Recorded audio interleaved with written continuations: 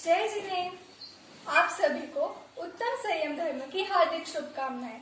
आज मैं चहेली जैन आपको उत्तम संयम धर्म के बारे में बताने वाली हूँ। We all know that we have 5 sense organs. Sense organs को इंद्रिया भी कहते हैं। स्पर्शनेन्द्रिय, रसनेन्द्रिय, घ्राणेन्द्रिय, चक्षु इंद्रिय और कर्णेन्द्रिय। And then we have our mind who is controlling our sense organs and our body. तो आप सभी के लिए एक प्रश्न है, आपको क्या अच्छा लगेगा कि आप अपने माइंड और अपने सेंस ऑर्गन्स पे कंट्रोल कर रहे हो या अपना आपका माइंड आपको और आपके सेंस ऑर्गन्स को कंट्रोल कर रहा है। अगर if you look into your lifes in your daily routine you will find, आप देखेंगे कि आपका जो माइंड है वो आपको कंट्रोल कर रहा है। And when a person knows to control his mind and his sense organs, मतलब उसको संयम है। So when we have control over ourselves, उसको संयम बोलते हैं। फिर आप सभी को लगेगा कि संयम किस पे रखना चाहिए, तो संयम ये 2 चीजों पे रखना चाहिए, वृत्ति और प्रवृत्ति। So now what is वृत्ति and what is प्रवृत्ति? वृत्ति means emotions and प्रवृत्ति means activities. सो हम जब भी अपने इमोशंस पर कंट्रोल रखेंगे हमारे दिमाग में कोई भी गलत बात नहीं आएगी, और जब हम गलत कुछ सोचेंगे ही नहीं तो हम गलत काम भी नहीं करेंगे। I would like to illustrate this further with help of an example. एक दिन एक शिष्य अपने गुरुजी को पूछता है कि हम सर्वश्रेष्ठ कैसे बन सकते हैं। तब गुरुजी अपने शिष्य को पूछता है कि अगर मैं तुम्हें एक घोड़ा दे दूं जो बहुत चंचल है, ही इज वेरी अनस्टेबल, और आपको उसके ऊपर बैठना है तो आप क्या करोगे? तब वो शिष्य उत्तर देता है कि मैं उस घोड़े पर लगाम लगाऊंगा ताकि वो कितना भी तेज भागे मैं नहीं गिरूंगा।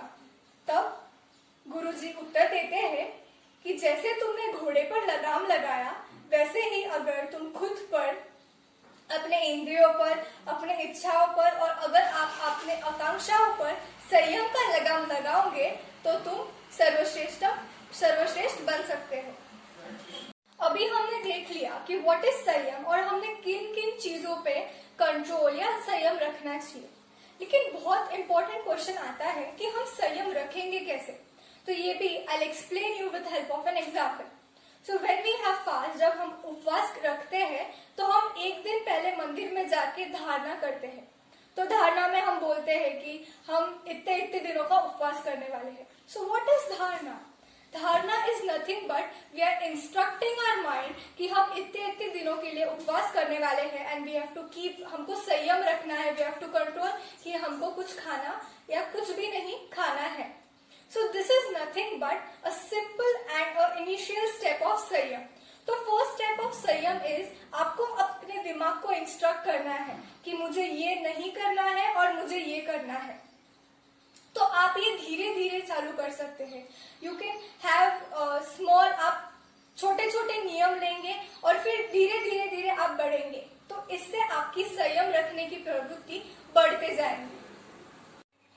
अभी मैं आपको एक छोटी सी कहानी बताऊंगी। उसमें एक राजा है और एक मंत्री है। तो एक दिन मंत्री के मन में एक ख्याल आता है कि मुझे ये लोग सम्मान देते हैं, ये किसके वजह से देते हैं? मुझे मेरी बुद्धिमत्ता की वजह से देते हैं या मुझे मेरी संयम प्रवृत्ति की वजह से देते हैं? तो उसने सोचा कि आई स्टार्ट एन एक्सपेरिमेंट और देखते हैं कि मुझे किसकी वजह से सम्मान मिलता है। तो फिर जब वो मंत्री अपने कोर्ट में जाता था तो वहां पे रोज उसका पूरा कोर्ट की प्रोसेसन होने के बाद में वहां पे एक थाली रखते थे और उसमें सोने के सिक्के होते थे। तो मंत्री को उसमें से एक सोने का सिक्का उठाना रहता था as a gift for him.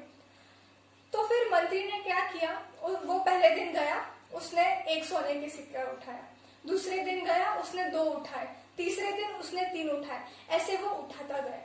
और फिर लोगों के ध्यान में आता गया कि अरे रे ये मंत्री है ना, वो अभी ज्यादा सोने के सिक्के लेने लग गया, तो ये क्या हुआ, ये कुछ चोरी हो गई।